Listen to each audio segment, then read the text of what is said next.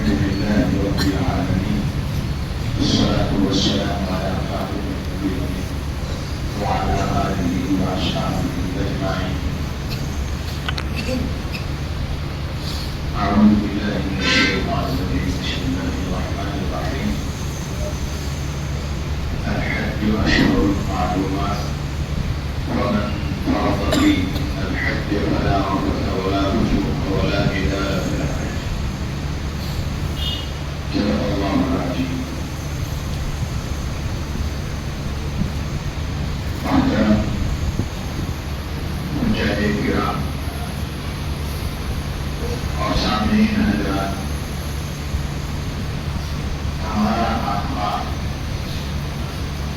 آج یہاں جمع ہونا یہ مجاہد کرام کی برکت سے ہے. مبارک ہیں وہ حضرات جو اللہ تعالیٰ کے بلاوے پر اور حضرت محمد صلی اللہ علیہ وسلم کے امتی ہونے پر پیارے نبی کے بلائے پر دونوں جگہ حاضری کے لیے رب العالمین نے قبول کیا ہے. جس کو رب چاہتا ہے اپنے گھر پر بلاتا ہے. اور یہ جو مبارک جگہیں بنائی ہیں اللہ تعالیٰ نے عرفات، مینا، مزدلفہ، پھر اس کے قیام میں جو اعمال کرنے کا حکم کیا ہے، یہ رب العالمین نے اپنے مومنین بندے کے لیے بہت بڑی نعمت عطا کی. آج فرض کیا، مالدار نے کیا، اور حج بھی وہی ہوتا ہے مینا، مزدلفہ، عرفات میں. اس کے علاوہ کوئی ہوتا بھی نہیں. وہاں جانا ضروری ہے. عرفات میں اس کے جو قیام کا وقت ہے متعین ہے. اس کے بیچ میں، اس کے اندر اگر ایک منٹ کے لیے بھی کھڑا ہو جائے حاجی حدود عرفات میں تو حج ہو جائے. اگر عرفات میں نہ گیا اور کچھ دن جس دن حکم ہے، نویں جن بیچ میں حکم ہے، پورے ساتھ چاہے وہاں پڑا رہے، لیکن 9 کے بیچ کو صبح سے شام تک نہیں حاضری، تو چاہے ساری زندگی پڑا حج نہیں ہوتا. پورے سال خیمہ لگا کے بیٹھا رہا. ایک اللہ تعالیٰ نے وقت متعین کر دیا کہ اس وقت میں اس ٹائم میں یہاں آنا ہے. عرفات کے میدان میں ساری دنیا کے لوگ حاجی وہاں ہوتے ہیں. وہی حج ہوتا ہے. اس سے الگ جو ارکان ہیں، واجبات ہیں، فرائض ہیں، مینا کے ہیں، مزدلفہ کے ہیں، وہ الگ ہیں. ان 4-5 دنوں میں حج ہوتا ہے، ورنہ سال کے ساتھ نہیں حج کر سکتے. یہ دن مقرر ہے، وقت طے ہے.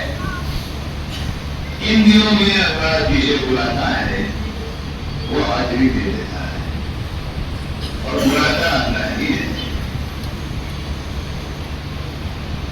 مبارک ہیں وہ لوگ، خوش نصیب ہیں کہ اس سفر کو کر رہے ہیں اور اللہ کے اس حکم کو پورا کرنے کے لیے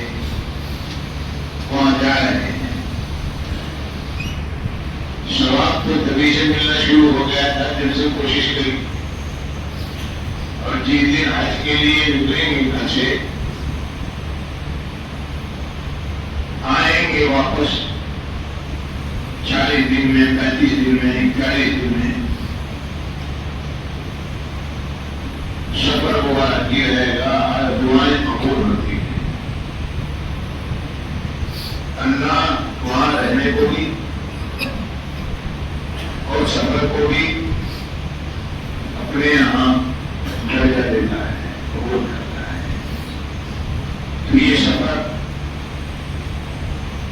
خوش نصیب لوگوں کو ملتا ہے، نہ مال سے، نہ طاقت سے، نہ سفارش سے، نہ کسی اور چیز سے سوائے خدا ہے۔ اللہ ہی کا گھر ہے، اللہ ہی وہاں پر مہمان بناتا ہے۔ حاجی اللہ کا مہمان ہوتا ہے، اور مدینہ پاک میں محمد رسول اللہ کا مہمان ہوتا ہے۔ اب حاکم الحاکمین کا مہمان بننا اور رحمت للعالمین محمد رسول اللہ کا مہمان بننا کتنی خوش قسمتی کی بات ہے۔ اللہ بلا رہا ہے، آؤ ہمارے پاس آؤ، حج کرو۔ اب حج کے بارے میں اگر یہ بتایا جائے حج کیسے ہوتا ہے، اگر بتلایا بھی جائے جتنا بھی چھوٹی موٹی معلومات ہے، کوئی آدمی نہیں رہے گا۔ اس کا آسان طریقہ یہ ہے کہ حج کا انتظام کیا جائے، حج کے متعلق، عمرے کا متعلق کوئی کتاب ہندی میں، اردو میں جو پڑھنا جانتا ہوں، جو پڑھنا نہیں جانتے وہ کسی حاجی سے جس نے پہلے سے حج کر رکھا ہو، یا کوئی عالم دین ساتھ ہو، کوئی معلم ساتھ ہو،